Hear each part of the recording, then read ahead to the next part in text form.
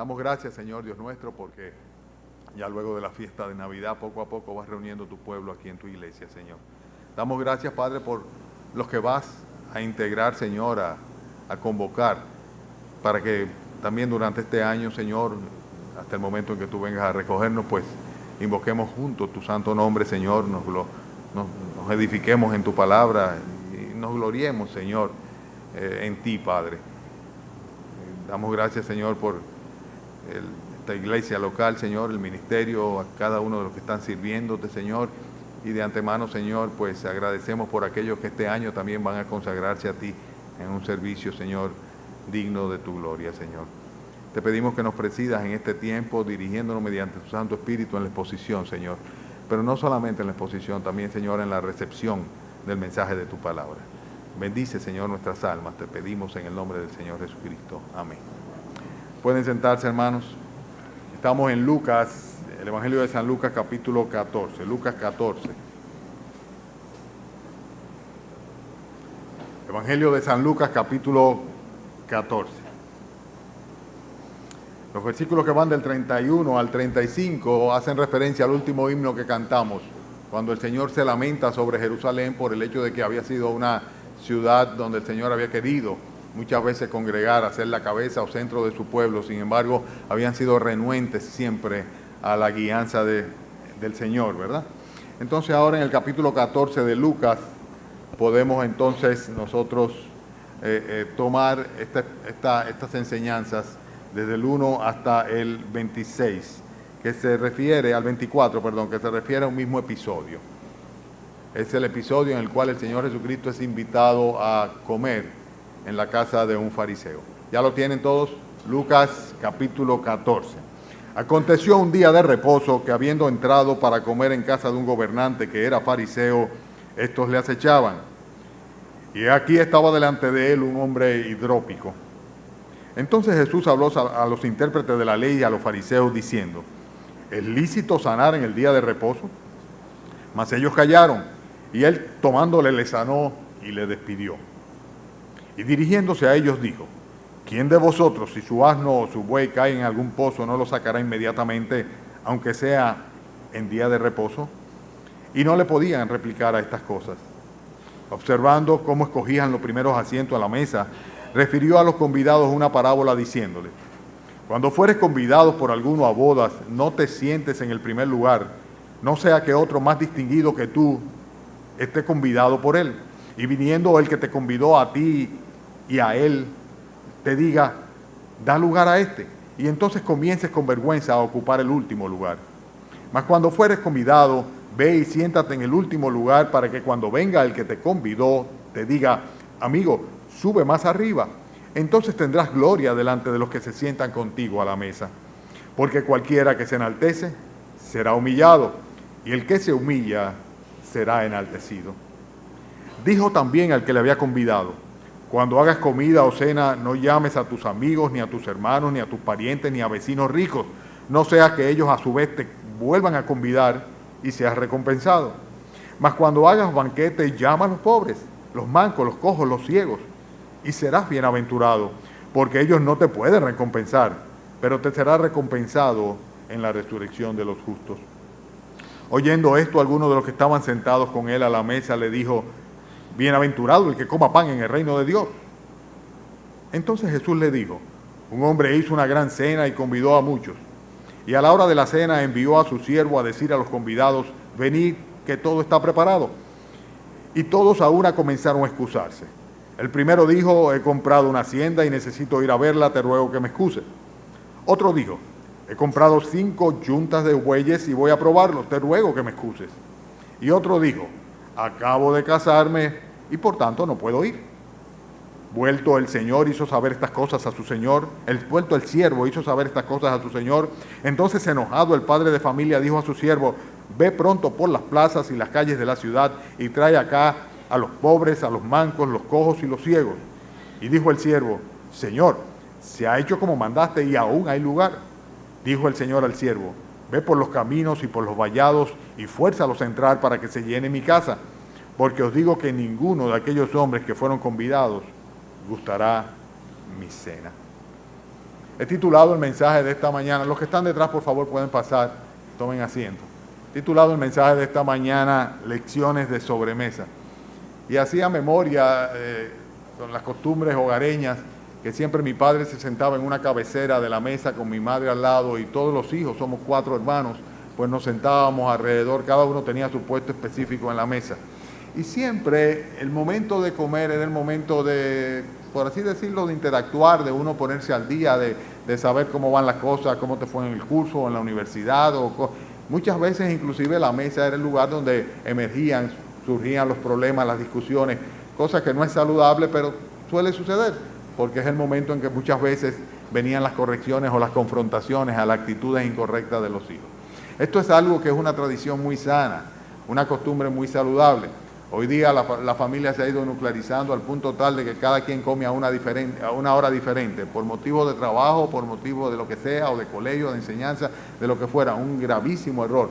Es una bendición que si no se puede hacer al mediodía, por lo menos de noche, pues la familia se siente completa y coman al mismo tiempo y puedan tener estas conversaciones de sobremesa. El Señor Jesucristo fue convidado a comer en la casa de un fariseo, un principal de ellos, un religioso, seguramente un líder importante. Habían otros fariseos ahí presentes y esta coyuntura se prestó para que precisamente él pudiera dar una serie de instrucciones, correcciones, amonestaciones, exhortaciones a los que estaban con él como comensales en este lugar. Y lo que nosotros podemos, yo leía una vez y otra vez y otra vez el pasaje, y lo que realmente podemos nosotros es extraer una secuencia de enseñanzas que están concatenadas, pero que muchas veces no tienen una relación directa una de otra, no por esto siendo menos importante una que otra. Consecuentemente, vamos a tratar de enumerar aquellas cosas que nosotros pudimos destacar de este pasaje y que son enseñanzas o lecciones que se aprendieron o debemos aprender nosotros como consecuencia de la conversación de sobremesa del Señor con aquellos que estaban allá en esa casa, en ese almuerzo o en esa cena, porque no especifica muy claramente si era almuerzo o cena, pero sea almuerzo o sea cena, el hecho es que fue una oportunidad preciosa para recibir instrucción del Señor, enseñanza del Señor. Vamos a ver si nosotros podemos aprender estas cosas. La primera cosa que yo veo en los primeros 2 versículos es que fue un absurdo completamente el que tuvieron los fariseos de tratar de ser más inteligentes que el Señor Jesucristo. Y muchas veces sucede eso, es completamente vano tratar de ser más inteligente o más sabio que Dios, porque Dios es más sabio que los hombres, dice la Escritura, y es así ciertamente. Fíjense que ellos convidan al Señor Jesucristo a comer con ellos, pero con una mala intención. El texto dice aquí de una manera muy clara que fue un día de reposo, era la casa de un gobernante, dice, y ellos estaban ahí acechándole, versículo 1. Dice, era un fariseo, dice, y estos le acechaban. Y no solamente le acecharon, sino que delante de él pusieron también en la misma casa a una persona con una enfermedad. Era un hidrópico. Un hidrópico es una persona que tiene retención de líquidos en su cuerpo, ¿verdad? Puede ser en diferentes partes del cuerpo, no vamos a entrar en detalles en cuanto a esto. El hecho es que era una persona que era visible que tenía un problema de salud.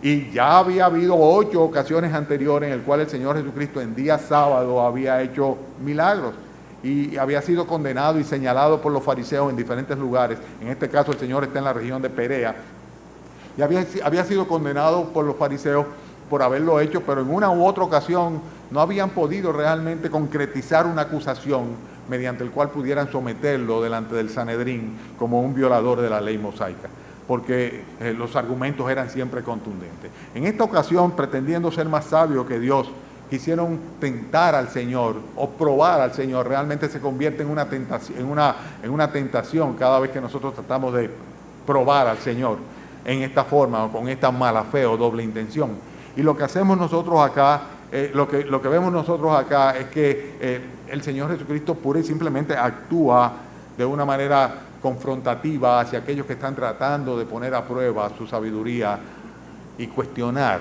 sus hechos. Lo que estamos viendo acá nosotros claramente es que el Señor Jesucristo, antes de que ellos pudiesen entildarle cualquier tipo de acusación, Él es quien los confronta y le pregunta a ellos si es lícito o no hacer un milagro de sanación en un día sábado. Ustedes conocen muy bien que los sábados para los fariseos, para los judíos, era un día en que no se podía hacer absolutamente nada. Y de una manera u otra, el hacer un milagro de sanación traía siempre algún tipo de por así decirlo, de infracción a lo que ellos habían establecido como ley, que no era exactamente lo que la palabra de Dios decía. O sea, la religión se violaba porque si había un cojo que era sanado, pues este cojo cargaba a aquellos o cargaba su lecho, aquel que estaba en un lecho, o en un caso u otro había prohibición de hacer cualquier cosa el día sábado. Y nosotros vimos la semana antepasada, me parece, cuando ellos mismos dicen, hay 6 días en que se puede sanar, ¿por qué hacerlo un sábado, no? O sea, completamente absurdo, pero fue una manera como quisieron cuestionar la religión, aquello que el Señor Jesucristo estaba actuando, haciendo, realizando. Entonces, nosotros lo que vemos acá es que la palabra de Cristo confrontó directamente a aquellos que estaban tratando de ponerle un gancho. Y cuando eso nos sucede a nosotros, que somos confrontados por la palabra de Dios, tenemos una de 2 alternativas. Ustedes han sido muchas veces, al igual que yo, confrontados por lo que la Biblia dice, la palabra de Dios dice. Y las alternativas son siempre la misma, una de 2 alternativas. O nosotros reaccionamos de una manera cobarde, como lo van a hacer ellos, que simplemente se van a quedar calladitos y van a tratar de diluir el cuestionamiento del Señor, la confrontación que el Señor le plantea, o de otra manera vamos a actuar, vamos a reaccionar proactivamente y vamos a tratar de llegar a una conclusión en base a la verdad. O sea, eso sería lo correcto. Cuando sentimos que somos cuestionados por el Señor en cuanto a cualquier aspecto de lo que es nuestra creencia, nuestra fe o nuestra práctica religiosa, lo que sea, lo que debemos hacer en consecuencia es cuestionarnos y responder a ese cuestionamiento divino. Pero en el caso de ellos, nosotros vemos en el versículo 4 que cuando el Señor le dice a los fariseos, es lícito sanar en el día de reposo, dice que ellos lo que hicieron fue simplemente cerrar el pico y callarse. El Señor se dirigió entonces hacia aquel hombre que estaba hidrópico, que tenía la enfermedad. Dice aquí en el mismo versículo 4 que lo tomó, le sanó y lo despachó, o sea, lo despidió. Y con esto él cerró inmediatamente el capítulo en cuanto a esta temática o este intento que tenían de ponerle tropiezo al Señor Jesucristo. Dios no tiene que dar explicaciones, Dios obra soberanamente. Si Él decide sanar, bien, y si decide no sanar, también. Él no tiene que dar explicaciones. Somos nosotros los que tenemos que tratar de entender los designios del Señor. ¿Por qué el Señor hace las cosas? Siempre hay un porqué, no hay un despropósito en el Señor. Pero muchas veces nosotros no logramos entenderlo. El Señor tenía un propósito acá, pero ellos sencillamente no estaban interesados en indagar cuál era la enseñanza que había detrás de todo aquel milagro de sanación, sino que pues ellos lo que querían era de alguna manera buscar una excusa para justificarse en su religión y no obtemperar a la confrontación que el Señor le estaba haciendo para que reflexionaran en cuanto a al verdadero sentido de lo que era el día de reposo o el sábado. Ahora vemos nosotros acá cómo esta religión se acomoda. Y es una actitud típica de los religiosos. En el versículo 5 dice que dirigiéndose a ellos les dijo, ¿quién de vosotros si su asno y su buey caen en algún pozo no lo sacará inmediatamente, aunque sea en día de reposo? Y vimos hace un par de semanas atrás como el Señor le cuestionaba y decía, si ustedes tienen la necesidad de llevar a beber a su buey o a su asno, ¿no lo hacen en día de reposo? En este caso, la ilustración es de si el buey o el asno cae en un pozo. Dice, ustedes no van a esperar hasta el otro día para sacarlo, sino que si es de ustedes suyo propio y va de acuerdo a sus intereses personales, ¿verdad? Ustedes actúan de una manera inmediata en base a esos intereses. Y ciertamente, hermanos, otra enseñanza que nosotros podemos ver de esta conversación de sobremesa es el hecho de que una religión que se acomoda a la conveniencia de aquel que la practica realmente es una religión completamente fallida, si podemos decirlo así. O sea, la religión no es otra cosa que la práctica, una praxis, ¿verdad? O sea, un obrar en consecuencia de una serie de convicciones. Y de hecho, cuando la Biblia habla de religión, que es una sola ocasión, habla de la religión pura y sin mácula, y habla de hacer las obras a favor de las viudas y de los huérfanos, y mantenerse sin contaminación del mundo. Esa sería la religión, ¿verdad? Pero cuando nosotros tenemos una religión que es tan elástica, que sencillamente podemos colocarla, extenderla, acomodarla para aplicárnosla a nosotros de manera de que nosotros podamos hacer lo que querramos siempre.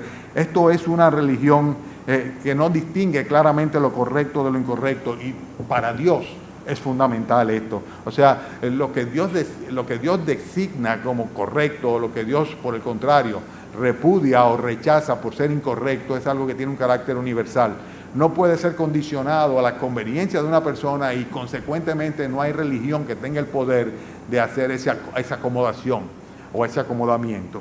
En consecuencia, nosotros vemos como cuarta enseñanza acá el hecho de que hacen mal, ciertamente ellos cuando, y el Señor se lo indica así, cuando ellos acomodan la ley de Dios o la palabra de Dios a sus preferencias.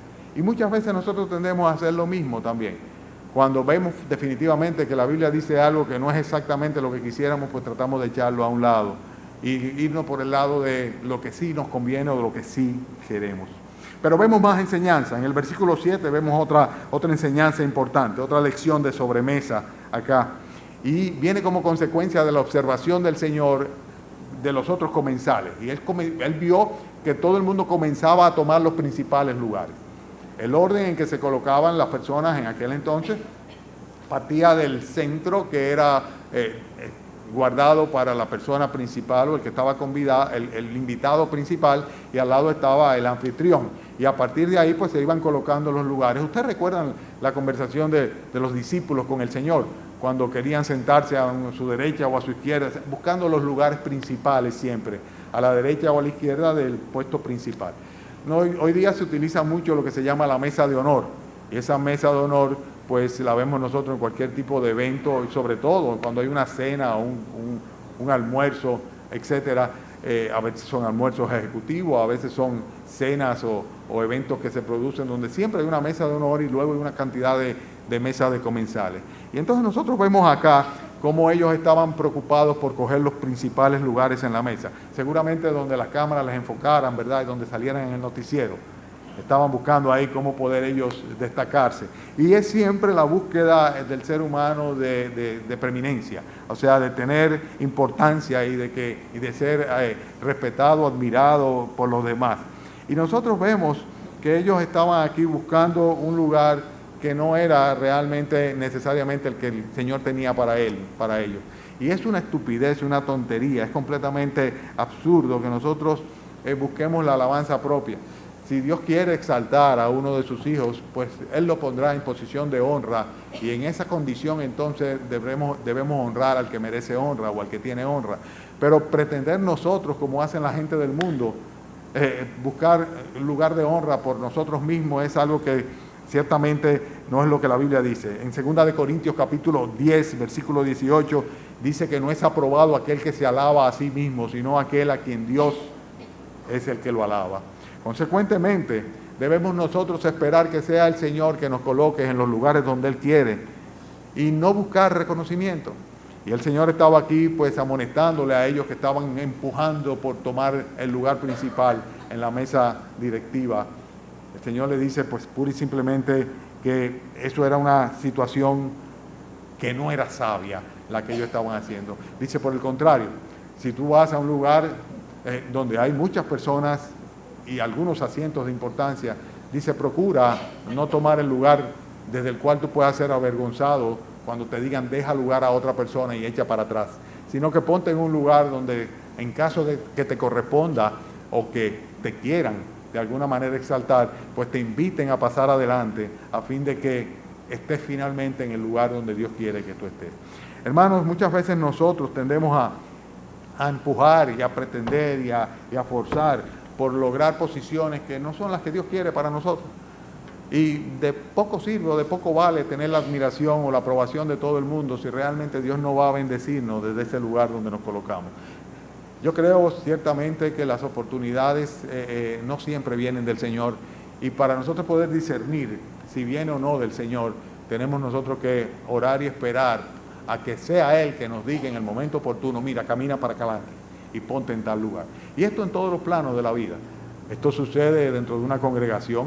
Tal vez muchos quisieran tener la posición del pastor. Ojalá el Señor levantara muchos ancianos, muchos pastores en esta congregación. Pero hay que esperar que sea el Señor que te diga, mira, no es allá, es acá donde te quiero ahora mismo. O tal vez como profesor de escuela dominical. O tal vez como presidente de la República. O tal vez como el líder o guía en la empresa donde tú estás. Hay que esperar siempre el tiempo del Señor. Y el Señor le está diciendo aquí a ellos muy claro, Dice, ten cuidado de no ponerte donde no te corresponde cuando tú seas invitado o convidado, porque podría ser que pasaras una vergüenza, un chasco, en lugar de ser exaltado en la manera que tú mismo estás tratando de autoexaltarse. La humildad es lo que el Señor realmente enaltece. La Biblia es muy consona con eso. El que se cree ser algo no siendo nada, dice, el tal se engaña. Y el reconocimiento que nosotros tenemos que buscar es el reconocimiento de Dios, no el de los hombres, no el de los hombres, nunca debe ser el de los hombres. Dios dice de una manera muy clara que cualquiera que se enaltece será humillado, versículo 11, y el que se humilla será enaltecido. Y esto lo que nos dice es que la humildad es, por así decirlo, la antesala de la gloria. O sea, Dios, al que es orgulloso, al que se cree ser algo, dice lo desecha, al soberbio lo desecha, sin embargo al humilde, dice, lo recibe. Dios da gracia a los humildes, aun cuando rechaza a aquellos y resiste a aquellos que son soberbios. Entonces son lecciones que había que estar ahí en ese momento para uno captarla. De ahí la importancia de que se produzca esta interacción siempre dentro de la familia. Yo creo que no hay mejor momento, a pesar de que muchos dicen, no, a la hora de comer no se pueden poner temas difíciles. Yo creo que no hay mejor momento para tú poder educar a tus hijos que en el momento de comida. El momento en que todos se reúnen, el momento en que se comparten. Es un momento precioso y es un momento que debe ser aprovechado. Muchas veces se crearán tensiones, serán momentos difíciles, pero siempre va a ser el lugar o uno de los lugares favoritos para poder dar instrucción y consejo, y sobre todo a la totalidad del grupo de la familia.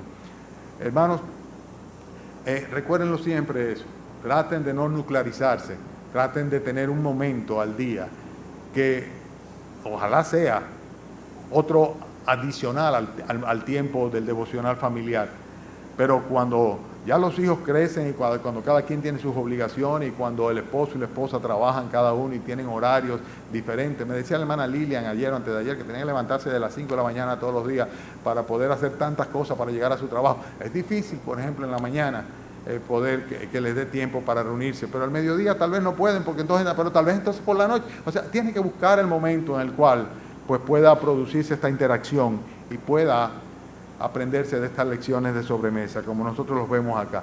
Muchos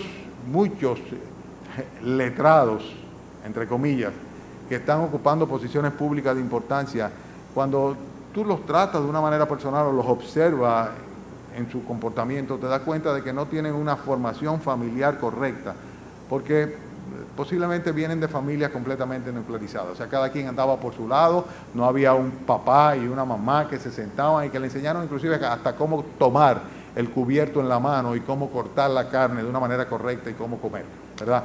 Y se nota en los modales y se nota en todo. Y esto es algo que es muy importante. Yo sé que no es del tema, pero no es exactamente, no es del texto, mejor dicho, pero sí es del tema.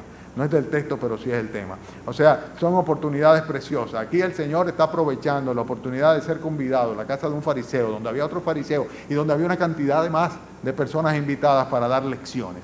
Lecciones importantes, ¿verdad? Y en este caso estamos nosotros ya por la séptima de estas lecciones. La primera es que es completamente vano tratar de ser más sabio que Dios.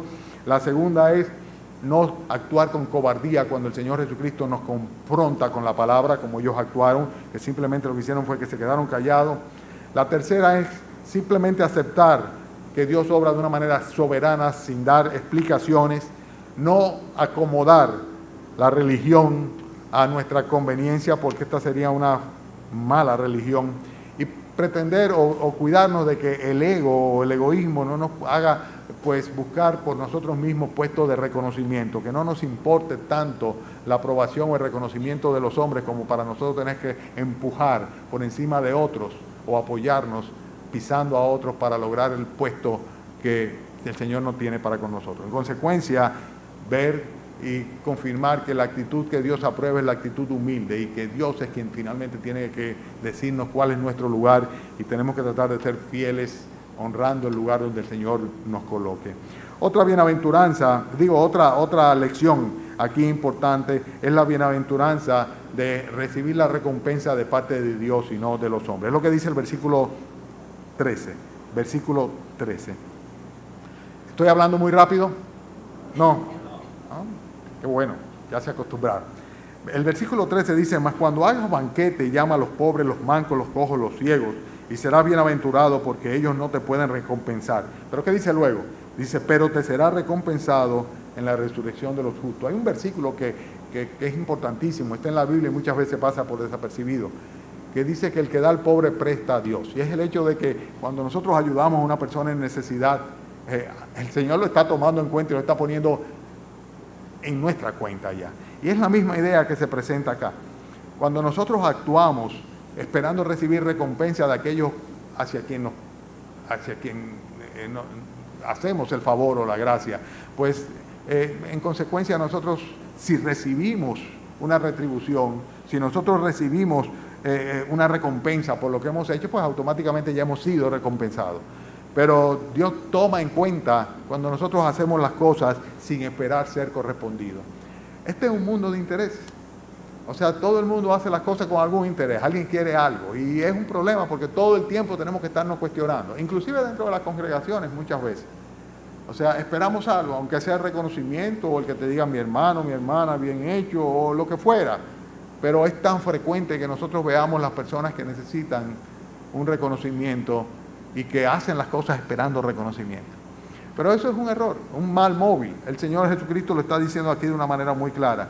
Dice, te será recompensado en la resurrección de los justos cuando tú hagas cosas hacia aquellas personas que no tienen forma de devolverte el favor que tú le haces.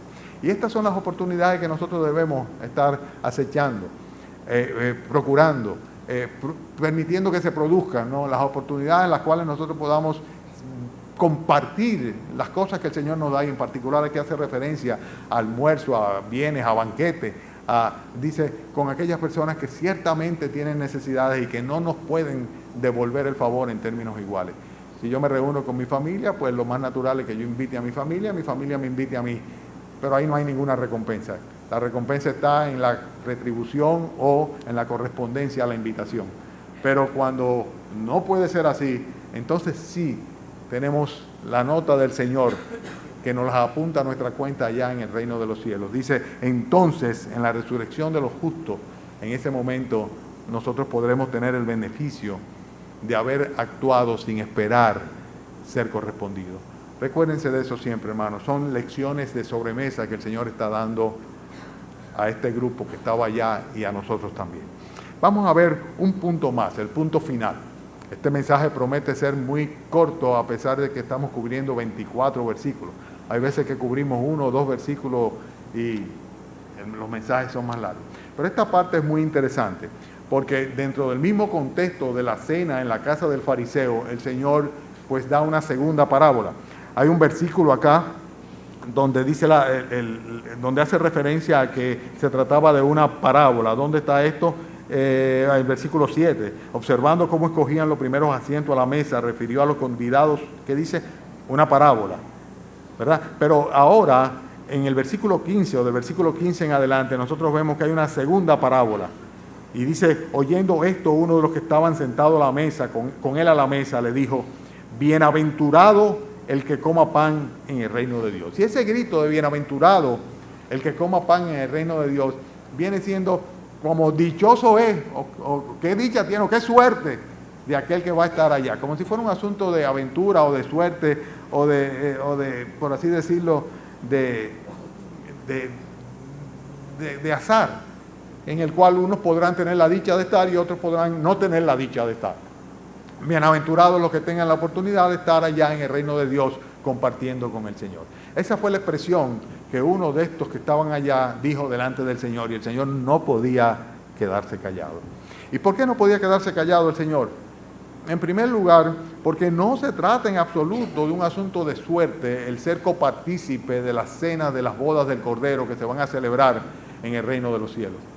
No se trata en absoluto de un asunto de suerte, no hay suerte de por medio, para nada.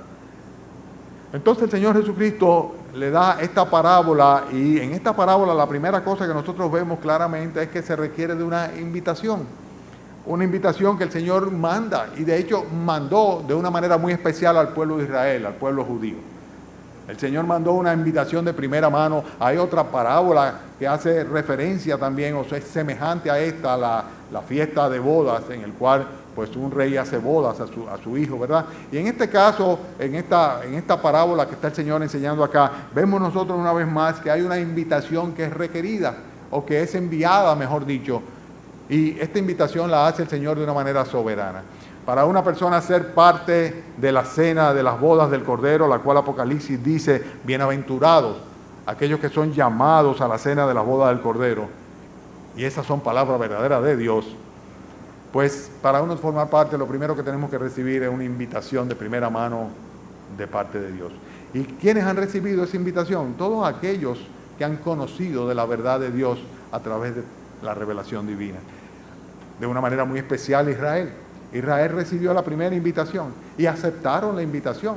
Aceptaron la invitación y el Señor en consecuencia le manda un segundo aviso. La usanza que había entonces era así.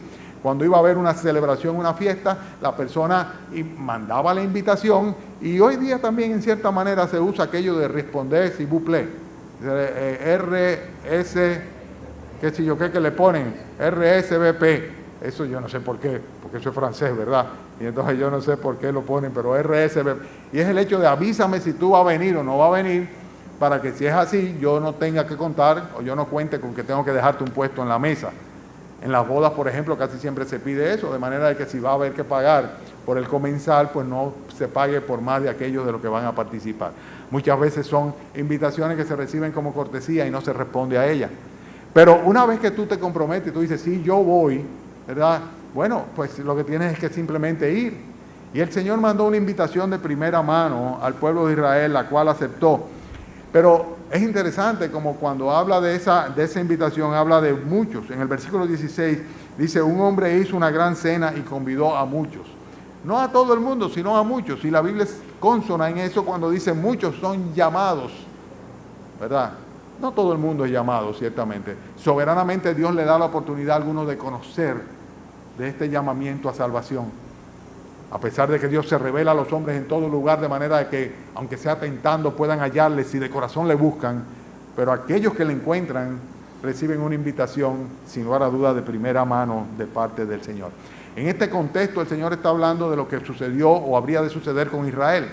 Israel había recibido una invitación de primera mano, pero en el momento de la verdad, cuando es avisado por su siervo, y el siervo puede ser perfectamente bien un tipo de Cristo, pues ya está todo listo, vengan a las bodas, vengan a la celebración de la cena. Entonces lo que sucedió es que comenzaron a poner excusas. El anfitrión enviaba una invitación por adelantado, luego avisaba el momento, y los líderes religiosos que habían creído a los profetas, sin embargo, no creyeron en el Mesías, no creyeron en nuestro Señor Jesucristo, que llevó la invitación y dijo, ahora es el tiempo de la salvación que yo he prometido, del Mesías, que traería a través del mensaje del Evangelio la apertura del reino de los cielos para los pecadores, por medio de la fe. Consecuentemente, lo que nosotros vimos que sucedió en este caso, y es parte de la enseñanza y la amonestación de la parábola, es el hecho de que a la hora de la verdad, cuando había que asistir a aquellos a los cuales habíamos sido convocados, pues los judíos comenzaron a excusarse. Y muchas veces nos sucede a nosotros así también. O sea, Dios nos hace la invitación y nosotros también, sin ser judíos, nos excusamos. Cuando digo nosotros, estoy hablando de los incrédulos. Los hombres comienzan a decir, bueno, yo no puedo ahora, no, yo voy a esperar, el Señor no me ha tocado, yo voy a esperar que me vuelvan a avisar cuando hay una invitación a salvación, a ser parte de la cena de las bodas del Cordero. Aquella cena de las bodas del Cordero es lo que la Biblia enseña que Dios va a celebrar Jesucristo va a celebrar con su iglesia en el reino de los cielos. Él va a celebrar una fiesta, una cena. Recuérdense que el Señor, una vez instituyó la cena, dijo que no tomaría más del fruto de la vid ni tomaría más del pan hasta que lo tomase con nosotros allá en el reino de los cielos. El Señor va a celebrar una fiesta con su novia, la esposa, de la cual todos los creyentes somos parte en el reino de los cielos. Y cuando nosotros estemos allá, entonces vamos a ver claramente que todo fue fruto de simplemente que un día recibimos una invitación, respondimos positivamente a esa invitación y sin ningún tipo de excusa acudimos al encuentro del Señor. Y esto es precisamente lo que muchos no hacen. Y cuando una persona ha recibido la invitación del Señor, la cual hacemos cada semana y en cada oportunidad, diciendo, ven, conviértete a Jesucristo, arrepiéntete de tus pecados, recibe el perdón, recibe la vida eterna. Ese es el mensaje del Evangelio. Dios te ama a ti, quiere salvarte, quiere redimirte, pero tú de alguna manera barajas la invitación, presentas tus argumentos o tus excusas, tienes otras prioridades, pues sencillamente tú estás despreciando la invitación que el Señor Jesucristo te ha dado. Fíjense aquí en el versículo 18, dice que todos a una comenzaron a excusarse. El primero dijo, he comprado una hacienda y necesito ir a verla, te ruego que me excuses. Wow, está bien. Si más importante es tu negocio, tu hacienda, tu operación, que el Señor, que el llamado del Señor, que el compromiso que tú has asumido de responder a la invitación del Señor, pues sencillamente hazlo. ¿Está bien? Si quieres que te excuses, estás excusado, pero las consecuencias van sobre ti. Y muchos son los que no responden al llamado al Señor porque sencillamente están tan atados por las posesiones materiales, tan atados. Recuérdense aquel joven rico que vino al Señor y dice que se fue triste porque tenía muchas posesiones, y cuando el Señor le dijo, deja lo que tienes y sígueme, él no podía, porque no podía deshacerse de aquellas cosas que le ataban completamente. Para este hombre en particular, esa hacienda que había comprado y que tenía que ir a recibir era un compromiso de negocio tan importante que eso iba primero, sin lugar a duda, que la invitación que el Señor le había hecho a celebrar la cena juntamente con él. Sigo leyendo, estoy en el versículo 19. Otro dijo, he comprado 5 yuntas de buey y voy a probarlo, te ruego que me excuse. De nuevo es un argumento.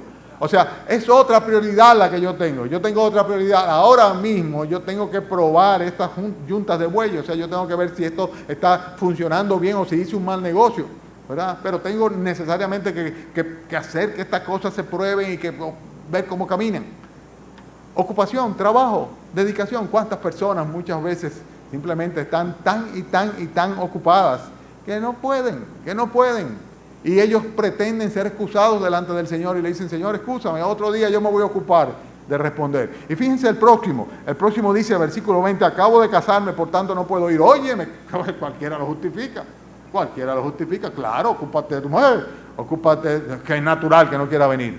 Pero sin embargo, en uno o en otro caso, cuando el llamado viene de parte del Señor, aún sea por nexos familiares, ¿saben una cosa? El gran problema de nosotros hoy día como iglesia es que nosotros muchas veces actuamos como los incrédulos. Tenemos una forma de vida, tenemos una serie de prioridades y no estamos dispuestos a sacrificarla bajo ningún concepto, no importa el llamado que el Señor nos haga. Eso es lo que yo veo.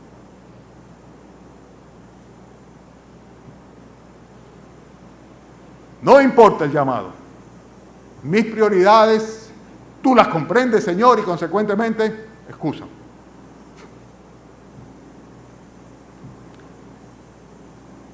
Nuestra forma de vida va primero.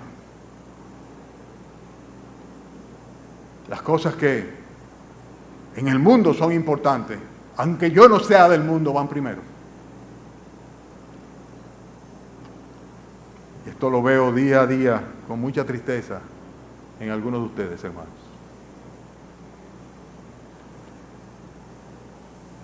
Le damos al Señor el sobrante, lo que sobra. No importa la invitación que el Señor nos deje. De hecho, muchas veces ni abriremos la invitación. Muchas veces ni nos enteraremos de la invitación que el Señor nos está dando. Porque antes estamos nosotros preocupados por ocupar el lugar que nosotros queremos, donde Dios no nos quiere, antes de venir a ocupar el asiento donde Dios nos tiene, donde Dios nos desea. Pero simplemente, excúsame, Señor, pero tú tienes que entender, no puedo. Me acabo de casar.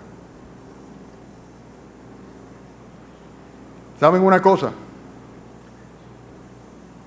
Las excusas son un desprecio a la gracia de nuestro Señor.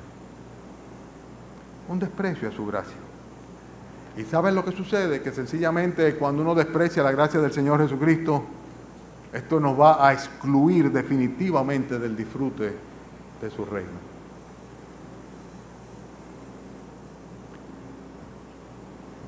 Nosotros desde aquí deberíamos de estar disfrutando las riquezas del reino de Dios. Desde aquí, sobre todo, le hablo a ustedes, hermanos en Cristo. Pero muchas veces lo que estamos pretendiendo es disfrutar las riquezas del mundo y no las del reino. Porque las riquezas del reino se disfrutan dentro de la iglesia de nuestro Señor Jesucristo, no fuera en el mundo.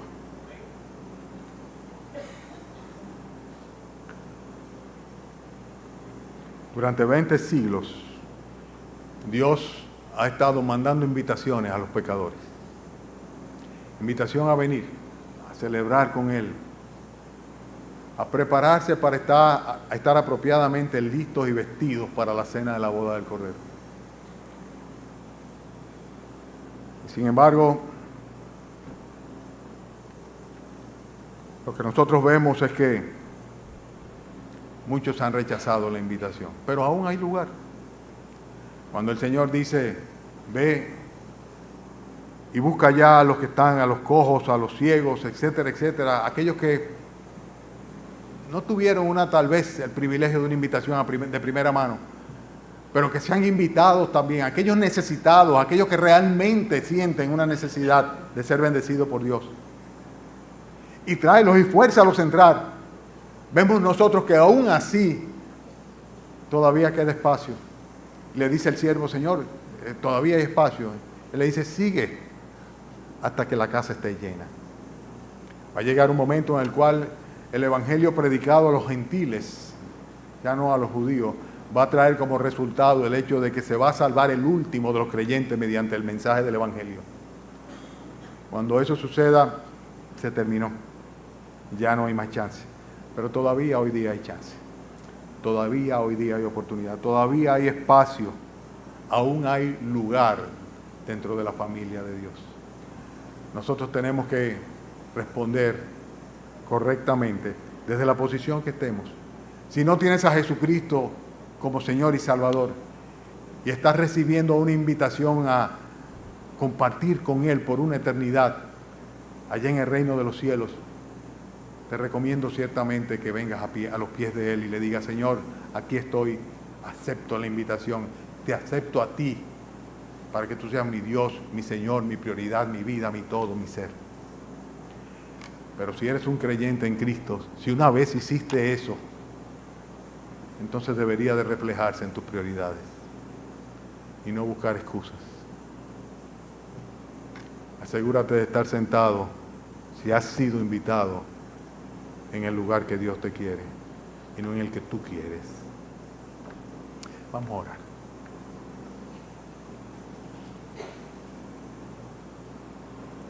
Padre, tú sabes, Señor, que en cada ocasión en la cual me coloco delante de mis hermanos con el propósito de traer tu palabra, te pido, Señor, que sea tu Santo Espíritu quien guíe mis labios. Tú sabes, Señor, que no nos apegamos a nuestras notas, más allá, Señor, de lo necesario, buscando la dirección de tu Santo Espíritu, apegándonos a tu palabra, Señor. Y te rogamos, Señor, que en esta mañana esta exhortación haya venido de tu parte, Señor, y sea recibida como de tu parte. Si hay alguno aquí, Señor, que no tiene a Jesucristo como su Señor y Salvador, concédele, Señor, ser invitado a compartir contigo allá en el reino de los cielos, en las bodas del Cordero de Dios. Concédele, Señor, ser salvo, ser perdonado de sus pecados, Señor, venir a ser parte de tu iglesia. Hazle la invitación, Señor, en esta mañana. Oh Señor, si tú lo has hecho, permite que sin ningún tipo de duda te diga que sí, Señor. Y acuda, Padre, que reciba a Jesucristo, que reciba a tu siervo con su invitación, Señor, para arrepentirse y para ser salvo, Señor. Y a nosotros, Padre, que un día entendimos y aceptamos, Señor, esta invitación a salvación, Señor, a arrepentimiento y a conversión, que recibimos un día a nuestro Señor Jesucristo en nuestros corazones por la fe. A nosotros, Señor, ayúdanos, Padre, a no parecernos al mundo en nuestro actuar, a buscar y descansar en ti, Señor, actuar sin ningún tipo de interés o propósito personal, solo buscando agradarte, Señor, y tu recompensa. Y ayúdanos, Señor, a no poner excusas, Señor, a no poner excusas delante de ti.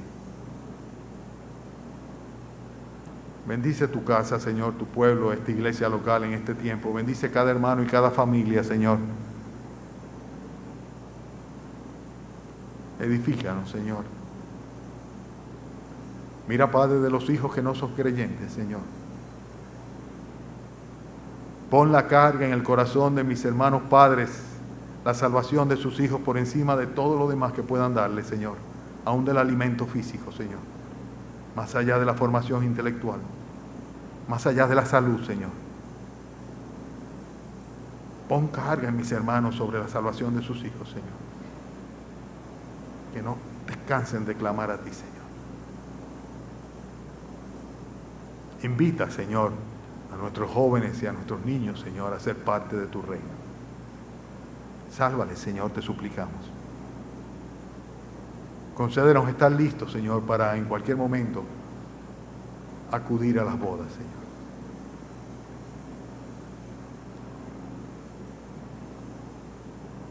Te rogamos, Señor, que esta tarde bendigas el culto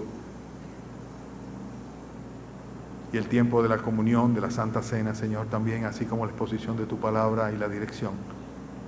Gracias por tener el domingo dedicado a ti, Señor, y poder 2 veces, Señor, reunirnos aquí en tu casa. Despídenos ahora con tu bendición, te suplicamos en el nombre del Señor Jesucristo. Amén.